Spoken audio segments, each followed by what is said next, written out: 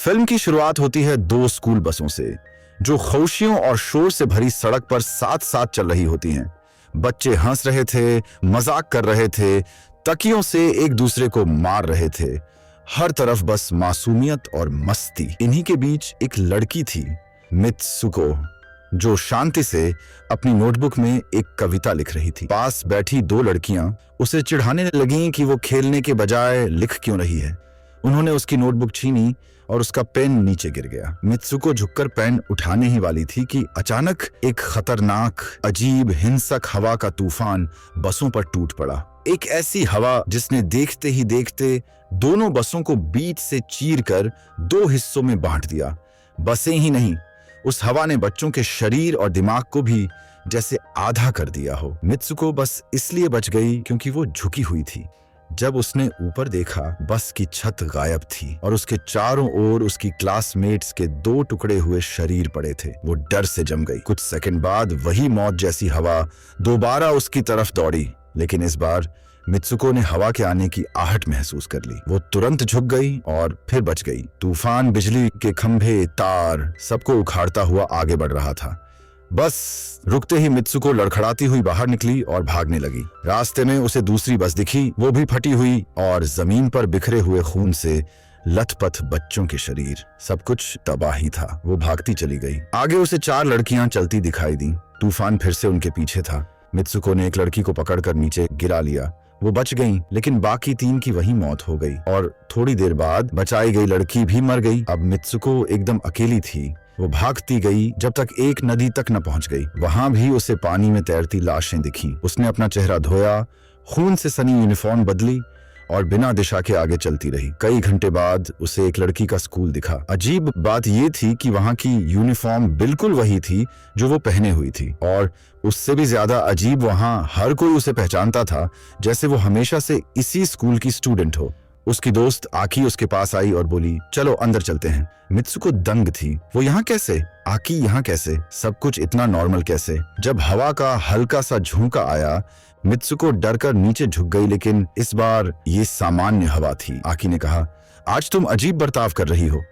Class में भी teachers उसे अपनी स्टूडेंट ही मान रहे थे। अकेले में उसने आकी से पूछा, क्या मैं सच में यहाँ पढ़ती हूँ? आकी हंसकर बोली, मित्सुको, तुम हमेशा से यहीं पर रहती हो। मित्सुको सोचने लगी, क्या सुबह की वो मौतों की बारिश, वो बिखरे हुए शरीर, वो सब सपना था? आकी को सच बताने की कोशिश में मित्सुको कांप रही थी। उसकी आवाज डरी हुई थी जब उसने कहा कि कैसे एक जानलेवा हवा ने उसके सभी दोस्तों को मार डाला। आकी ने धीरे से खिड़की खोली और बोली, देखो, ये हवा बिल्कुल सामान्य है, ये तुम्हें कोई नुकसान नहीं पहुंचाएगी। उसने मित्सुको से हाथ बाहर निकालने को कहा। हिचकते हुए मित्सुको ने हाथ बढ़ाया और जब उसे हल्की शांत हवा ने छुआ, उसका डर कुछ कम होने लगा। दोनों ने एक दूसरे को देखा और हल्की सी हंसी छूट गई, जैसे वो खुद भी नहीं समझ पा रहे थे कि ये सब कितना अजीब है।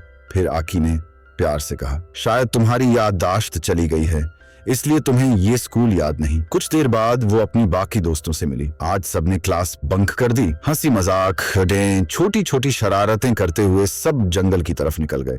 बहुत समय बाद मित्सुको पहली बार खुश महसूस कर रही थी। सुबह का वो खून, वो डर, वो तूफान, उसे खुद ही यकीन होने लगा कि शायद वो सब सिर्फ एक बुरा सपना था। झील के पास पहुंचकर सब थक कर बैठ गए। आकी ने मित्सुको के डरावने सपने के बारे में बताया। तभी री बीच में बोल पड़ी, क्या पता ये सपना नहीं था? हो सकता है मित्सुको किसी पैरेलल वर्ल्ड में थी। कहते हैं ना, बहुत सारी दुनियाएं होती हैं, एक नहीं। बाकियों ने बस हंसकर बात टाल दी। थोड़ी देर बाद उन्हें जमीन पर एक तकिया पड़ा मिला। सबने उसे उठाकर खेलना शुरू कर दिया। हंसी, शोर, मासूमियत। इसी दौरान मित्सुको ने दो लड़कियों को पास खड़े देखा। वो मुस्कुराई, लेकिन पलक झपकते ही वो दोनों गायब हो गईं। री ने मित्सुको को देखा और बोली, अगर तुम्हें हकीकत बदलनी है तो कुछ ऐसा करो जो कोई उम्मीद भी न करे। ये बात मित्सुको के दिमाग में गूंजती रह गई। कुछ देर बाद मित्सुको और आकी वापस क्लास में गए। फर्श पर एक और तकिया पड़ा था। मित्सुको 1 ने मुस्कुराते हुए उसे उठाया और मजाक मजाक में आकी पर फेंक दिया। लेकिन उसी क्षण उनकी टीचर ने अचानक मशीन गन निकाल ली और बिना कोई चेतावनी दिए उसने पूरे क्लास पर गोलियां बरसा दी। कई लड़कियां वहीं गिर पड़ी, आकी भी मारी गई और फिर से मित्सुको अकेली बची। टीचर ने बंदूक उसकी तरफ मोड़ी और बोली, मरने से पहले दुआ कर लो क्योंकि तुमने क्लास बंक की थी। उसी समय 2 लड़कियां कहीं से प्रकट हुईं और मित्सुको को खींच कर ले गईं। वो भागते भागते एक कमरे में घुसी जहां पहले से ही सभी लड़कियां मरी पड़ी थीं। वो छिप गए, लेकिन दूसरी टीचर अंदर घुस आयुष ने एक और स्टूडेंट को गोली मार दी। एक लड़की ने विरोध किया लेकिन पल में मर गई। री ने मित्सुको को पकड़कर कहा, भागो, इससे पहले कि वो तुम्हें भी मार दें। वो मित्सुको को धक्का देती है और कुछ ही सेकंड बाद खुद गोली खाकर गिर जाती है। अब मित्सुको और कुछ बाकी लड़कियां किसी तरह बाहर भागती हैं, लेकिन टीचर खिड़कियों से गोली चलाते जाते हैं। जो भी लड़की क्लास बंक करती थी उसे मारा जा रहा था। कोई भी उन्हें बचाना नहीं चाहता था। किसी तरह 5 लड़कियां बाहर निकल पाती हैं। उनमें से एक मित्सुको से कहती है, सोचो, कुछ करो, ये सब तुम्हारे हाथ में है। मित्सुको समझ भी नहीं पाती कि उसका क्या मतलब था।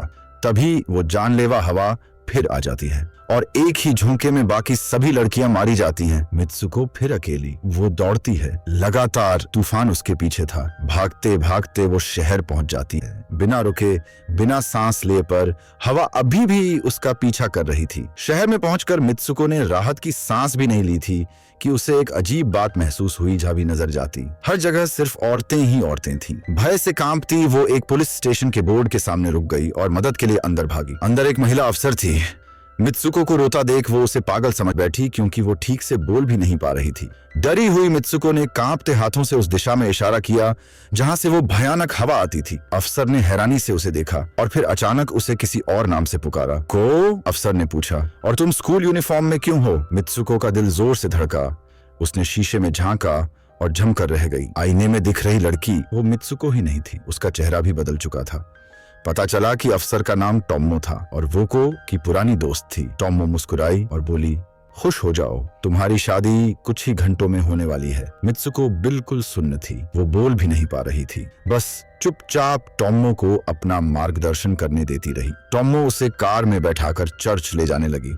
रास्ते भर सड़क पर खड़ी औरतें उसे देखकर मुस्कुराती, हाथ हिलाती जैसे वो कोई बड़ी सेलिब्रिटी हो। सब उसे शादी की बधाइयां दे रही थीं। चर्च पहुंचते ही औरतों की भीड़ ने घेर लिया। खुशियां, ताली, शोर, लेकिन मित्सुको के दिल में सिर्फ डर था। ड्रेस बदलने के लिए जब वो एक कमरे में गई तो उसकी धड़कनें रुक गईं। सामने आकी खड़ी थी। मित्सुको घबरा गई। ये सब क्या हो रहा है? आकी धीरे से बोली, शांत रहो, आवाज कम करो, मैं सब समझाऊंगी, अभी नहीं। उनकी नजरें हम पर हैं। बाहर बाकी औरतें दूल्हे की हैंडसम होने की बात कर रही थीं। उसका शादी का लहंगा लाया गया। आकी ने सब लड़कियों को कमरे से बाहर भेज दिया और फिर फुसफुसाई, मित्सुको, ध्यान से सुनो, जो मैं कहूं वही करना, घबराना मत, समय बहुत कम है।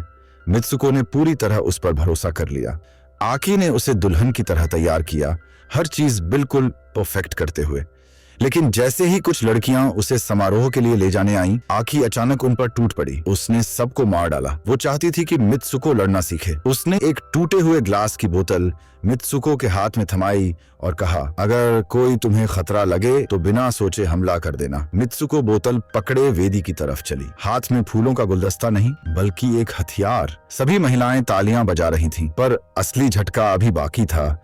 दूल्हे की जगह एक ताबूत खड़ा था। जब वो खोला गया, अंदर एक सुअर जैसे चेहरे वाला सड़ा हुआ शरीर पड़ा था। भीड़ अचानक पागल हो गई। सब हंसने लगी, ताने देने लगी और मित्सुको को ताबूत की ओर धकेलने लगी। वो चिल्लाई, दर से कांपते हाथों ने बोतल उठाई और उसने उस शव पर वार कर दिया। फिर वो पागलपन में उन औरतों पर भी टूट पड़ी जो उसे जबरदस्ती घसीट रही थीं। उसी वक्त आकी फिर आई और उसे शांत करने की कोशिश की, लेकिन तभी स्कूल की वो दोनों टीचर्स अचानक प्रकट हुई। आकी और मित्सुको ने साथ मिलकर उनसे लड़ाई की, एक खून से सनी जानलेवा लड़ाई। आखिरकार वो दोनों टीचर्स को मारने में सफल हुई। आकी ने उसे भागने को कहा। वो खुद पीछे रुककर पीछा करने वालों को रोकेगी। मित्सुको बाहर भागी ही थी कि एक गेम शूज पहनी लड़की उसके सामने। आयुष ने उसे एक और नए नाम से पुकारा, इजुमी। मित्सुको ने पास के शीशे में देखा और दंग रह गई। अब उसका चेहरा फिर बदल चुका था। वो अब एक एथलीट की तरह दिख रही थी, दौड़ने वाले कपड़ों में। चारों तरफ भीड़ उसे देख चीख रही थी, इजुमी, इजुमी। वो मशहूर मैराथन रनर थी। मित्सुको अब इजुमी बाकी धावकों के साथ दौड़ने लगी। एक लड़की ने मुस्कुराकर कहा, तुम हमेशा से तेज थी, स्कूल के समय से। इजुमी को कुछ समझ नहीं आ रहा था और अब वो जानना भी नहीं चाहती थी। वो बस याद करने लगी एक छोटी लड़की जो आजादी से दौड़ा करती थी और उसने फैसला किया कि वो बस दौड़ती रहेगी। भीड़, सड़क, हवा, सब कुछ धुंधला होने लगा। उसने अपने पुराने स्कूल के चेहरे भीड़ में देखे जो उसके साथ दौड़ रहे थे, लेकिन तभी वो सुअर चेहरे वाला आदमी और दोनों टीचर्स फिर से उसके पीछे आ गए। लड़कियां आयुमी के साथ साथ दौड़ रही थीं और चिल्ला रही थीं, हिम्मत रखो, इस दुनिया से बचकर निकलने वाली सिर्फ तुम ही हो। यूमी ने ट्रैक छोड़ दिया और पूरे जोर शोर से दौड़ती गई। उसकी सांसें तेज थीं, पैर कांप रहे थे, लेकिन वह रुकी नहीं जब तक कि वह गहरे जंगल में एक अंधेरी गुफा तक नहीं पहुंच गई। गुफा के अंदर एक अजीब सी लड़की ने उसे देखा। उसके चेहरे पर एक अजीब ठंडापन था। उसने आयुमी का हाथ पकड़ा और उसे अंदर ले गई जहां कुछ और लड़कियां बैठी थीं। उनका रूप डरावना था। वे सब आयुमी जैसी ही दिखती थीं, पर उनके बाल चेहरे पर झूल रहे थे और उनकी मौजूदगी देखकर दिल सिहर उठता था। लड़की ने ठंडे लहजे में कहा, अगर तुम नहीं मरी तो हम सब मर जाएंगे। अगले ही पल उसने यूमी पर हमला कर दिया, उसे मार डालने के इरादे से। उसी समय आकी वहां आ गई। उसने यूमी को बचा लिया। आकी ने घबराते हुए कहा, जल्दी मेरे पीछे पीछे बोलो, चाहे कुछ भी हो जाए, कहो मैं मित्सुको हूं।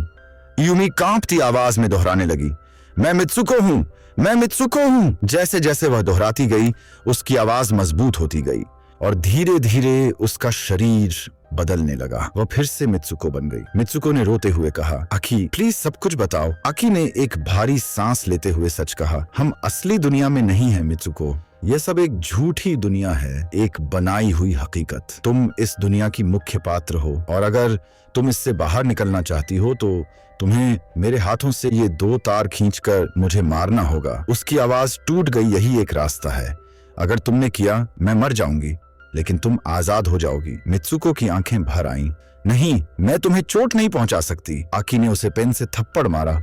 करो, कोई और रास्ता नहीं है। रोते रोते कांपते हाथों से मित्सुको ने वे दोनों तार पकड़े और झटके से खींच लिए। आकी का शरीर 2 हिस्सों में फट गया और वह वहीं मर गई। मित्सुको की चीख गूंज उठी, लेकिन उसी क्षण वह आजाद हो गई। वह एकदम से एक रेस्टोरेंट में खड़ी थी, पहली बार पुरुषों से भरी हुई जगह। उसका दिमाग सुन्न था। तभी दीवार पर लगी एक पोस्टर पर उसकी नजर गई, मित्सुको को और आयुमी के चेहरे। एक वीडियो गेम का पोस्टर सच उसके सामने था। वह एक ऐसे भविष्य के शहर में थी जहां केवल पुरुष रहते थे और वे हिंसक गेम्स के दीवाने थे। यह गेम जिसमें मित्सुको और उसके दोस्त थे, उसका नाम था टीए। एक आदमी उसके करीब आकर बोला, मैं तुम्हें जानता हूं, तुम अब भविष्य में हो। मित्सुको के होश उड़ गए। वह बेहोश हो गई। जब वह फिर जागी तो वह फिर एक गुफा में थी, पिछली गुफा जैसी ही, पर इस बार वहां उसके गेम के सारे पात्र खड़े थे, बिल्कुल बिना जान, जैसे कोई गुड्डे। अंदर एक बूढ़ा आदमी स्क्रीन के सामने बैठा टीए खेल रहा था, मित्सुको के ही किरदार से। उसने मुड़कर कहा, 15 साल हो गए। तुम जब हाई स्कूल में थी, मैं तुम्हारी बहुत प्रशंसा करता था। तुम्हारी मौत के बाद मैंने तुम्हारा डीएनए लिया। तुम्हारी सहेलियों की 3D कॉपी बनाई। मित्सुको के शरीर में झुरझुरी दौड़ गई। वह बुरी तरह डर गई जब उसने अपनी और आकी की हुबहू नकलें वहां खड़ी देखी, बिना जान, बिना आत्मा। बूढ़ा आदमी गर्व से बोला, मैंने ये सब अपने खेल के लिए बनाया है। तभी एक युवा आदमी आया और आदेश दिया, बिस्तर पर लेट जाओ। बूढ़ा बोला, जैसा वह कहता है वैसा करो। मित्सुको कांपती हुई बिस्तर की तरफ बढ़ने लगी, लेकिन तभी उसे वे शब्द याद आए, कुछ अनपेक्षित करो, कुछ ऐसा जो दुनिया ने न सोचा हो, तभी तुम इस भ्रम से निकल पाओगी। मित्सुको की आंखों में अचानक आग भर गई। वह टूट पड़ी। उसने बूढ़े पर हमला कर दिया। लड़कियों को खिलौना समझना बंद करो। उसने तकिया उठाया और उसे जोर से मारा। पंख उड़कर हवा में खून लाल दिखाई देने लगे। फिर उसने उसकी हाथ से धातु की छड़ छीनी और उसे अपने सीने में घोंप दिया। बूढ़ा पागलों की तरह चिल्लाया, क्योंकि मित्सुको की मौत का मतलब था कि पूरा गेम नष्ट हो जाएगा। और वही हुआ। मित्सुको को यूमी तीनों मर गए और गेम की दुनिया ढह गई। लेकिन मित्सुको आखिरकार आजाद हो गई। वह असली दुनिया में थी, जिंदा, खुद की, और कहानी यहीं खत्म होती है। अगर ड्रामा आपको जरा सा भी अच्छा लगे तो लाइक करें, शेयर करें और सब्सक्राइब करके जाएं और कमेंट पर बताएं अगर आप ऐसी दुनिया में जाएं तो आप क्या करते। तुम्हें मिलते हैं अगली बार। अभी के लिए बाय बाय।